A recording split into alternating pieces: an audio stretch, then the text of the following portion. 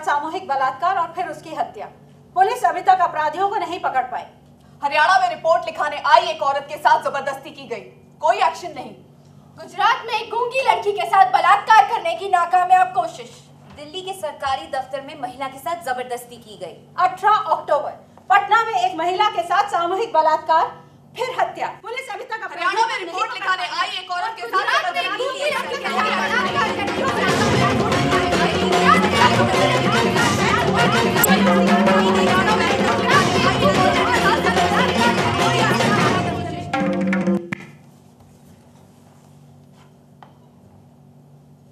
Rape, बलात्कार, जबरदस्ती, इस शब्द ने एक ऐसा रूप ले लिया है कि इसे बोलते हुए भी घिन आती है। औरत जो एक माँ है, जननी है, पत्नी है, प्रेयसी है, उसका हर पल इतना अपमान। आज हम अपने ही घरों में, स्कूल्स में, बसेस में, ऑफिसेज में कहीं भी सुरक्षित महसूस नहीं करती हैं, क्योंकि जब भी जहां भी मौका मिलता है बलात्कारी अपना विकृत रूप दिखाई देता है, क्योंकि उसे न तो कानून की परवाह है, न समाज की, न रिश्तों की। उसे साबित नहीं करना पड़ता है कि उसने बलात्कार नहीं किया है, बल्कि औरत को साबित करना पड़ता है कि उसके साथ बलात्कार हुआ है। औरत को साबित करना पड़ता है कि उसके साथ बलात्कार हुआ है। ये कैसा कानून, कैसा न्याय, कैसा संविधान है? क्या आप जानते हैं, दुनिया के सबसे प्रोग्रेसिव कंट्री अमेरिका में हर 10 मिनट में एक बलात्कार होता है। वैसे हमारा देश भी कुछ पीछे नहीं है इस मामले में। हाल ही में दिल्ली में एक रेप केस हुआ था, उसके बारे में तो हम सब जानते हैं। छात्रा की मृत्यु हुई, अपराधी पकड़े गए, उन्हें सजा भी होगी, लेकिन क्या उनके माँ बाप इस दर्द को भुला पाएंगे?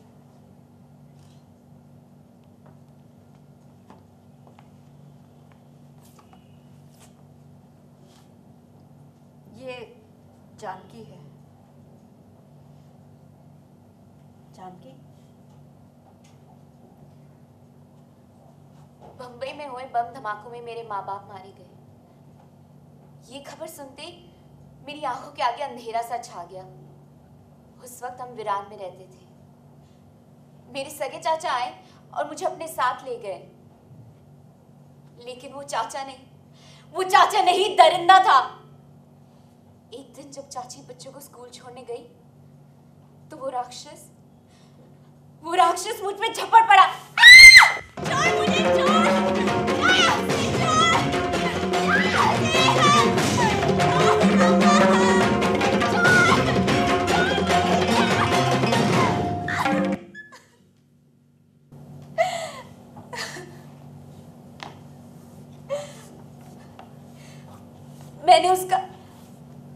मैंने उसका बहुत विरोध किया, लेकिन उसके आगे मेरी एक ना चली। फिर जब भी उसे मौका मिलता वो मेरे साथ जबरदस्ती करता। और जब यही बात मैंने अपनी चाची को बताई तो कहने लगी तू कहीं और चली जा। लेकिन मैं कहाँ जाती? धीरे धीरे मुझे इसकी आदत सी हो गई। वो जब भी मुझे छूता था ऐसा लगता था मेरे जिस्म पे कोई कीड़ा रेंद रहा है, जिसे मैं थोड़ी देर में अपने से अलग कर देती हूँ। एक दिन जब मुझसे नहीं सहा गया, मैं भाग निकली वहां से। कैसा लगता है ये सब सुनकर? कैसा लगता है? हम पहले जानवर थे, फिर इंसान बने और अब फिर जानवर बनते जा रहे हैं। नारी के इस अपमान की कोई क्षमा नहीं, इस पाप का कोई प्रायश्चित नहीं। मैं फारस रोड के सुंदरी चाल के रूम नंबर 8 की वैश्या है, यानी कि रंडी है मैं। अच्छा नहीं लगता ना लफ्ज, मगर यही सच है। मैं रंडी है और साथ पूरी जिंदगी रंडी रहेगी। लेकिन मैं फारस रोड कैसे पहुंची? इन सब की तरह मेरी भी एक कहानी है। मेरी सौतेली माँ ने महज 500 रुपए के लिए मुझे किसी के हाथों बेच दिया। उस वक्त सिर्फ 12 साल की थी मैं, सिर्फ 12 साल की। उसने मुझे नोचा, खसोटा, फिर किसी और के हाथों बेच दिया। न जाने कितने हाथों बिकते बिकाते मैं फारस रोड पहुंची। कोई भी 100 रुपए देकर सो सकता है मेरे साथ। घबराइए नहीं, एड्स नहीं है मेरे को, इस बात का पूरा ध्यान रखती है मैं।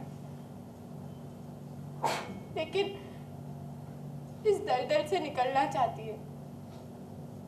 हर लड़की की तरह मेरा भी सपना था कि मेरी शादी हो, मेरे बच्चे स्कूल जाए। लेकिन सुना है वैश्याओं की शादी नहीं होती, हमें तो इसी नरक में सड़ना पड़ता है। आई!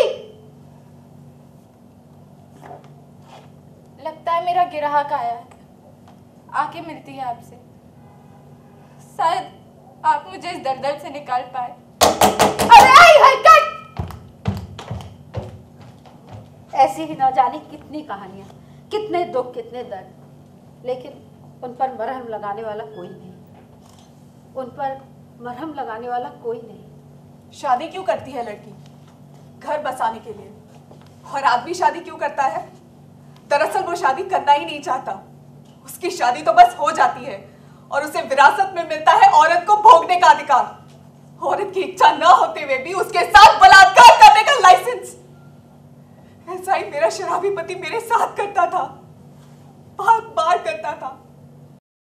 सिर्फ एक बार मेरे मन को समझने की कोशिश की होती, न्यौछावर हो जाती उन पर, जो वो कहते करती, सजती संवरती श्रृंगार करती। दुनिया में शायद एक आध आदमी ही ऐसा होगा जो अपनी पत्नी के मन को समझता हो। शादी के कई साल बाद भी जब मुझे बच्चा नहीं हुआ तो इसका दोषी भी मुझे ही ठहराया गया। मेरे शराबी पति से किसी ने कुछ नहीं कहा। एक दिन वो अपने शराबी दोस्तों को लेकर घर आया और मुझसे कहा, सबके लिए खाना बनाओ। जैसे ही मैंने किचन में खाना बनाना शुरू किया, उसके दोस्त मेरे साथ जबरदस्ती करने लगे। मैंने विरोध किया, लेकिन वो 5 थे और मैं अकेली। मैं लुट गई, बर्बाद हो गई।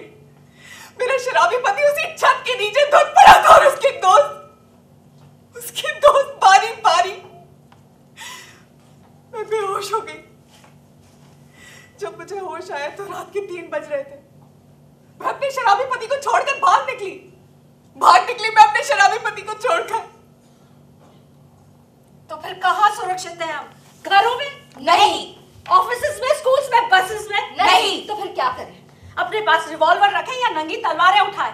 कैसे रोकेंगे इन दरिंदों को? याद रखिए कि जो आज हमारे साथ हुआ है वो आपकी बहन और बेटी के साथ भी हो सकता है। नपुंसक बने मत बैठे रहिए। अगर आपके अंदर की इंसानियत बाकी है तो बलात्कार का विरोध कीजिए, कानून या न्याय मंत्रालय को लिखिए। हमारे साथ जो हुआ हमने सह लिया, कड़वा घूंट पी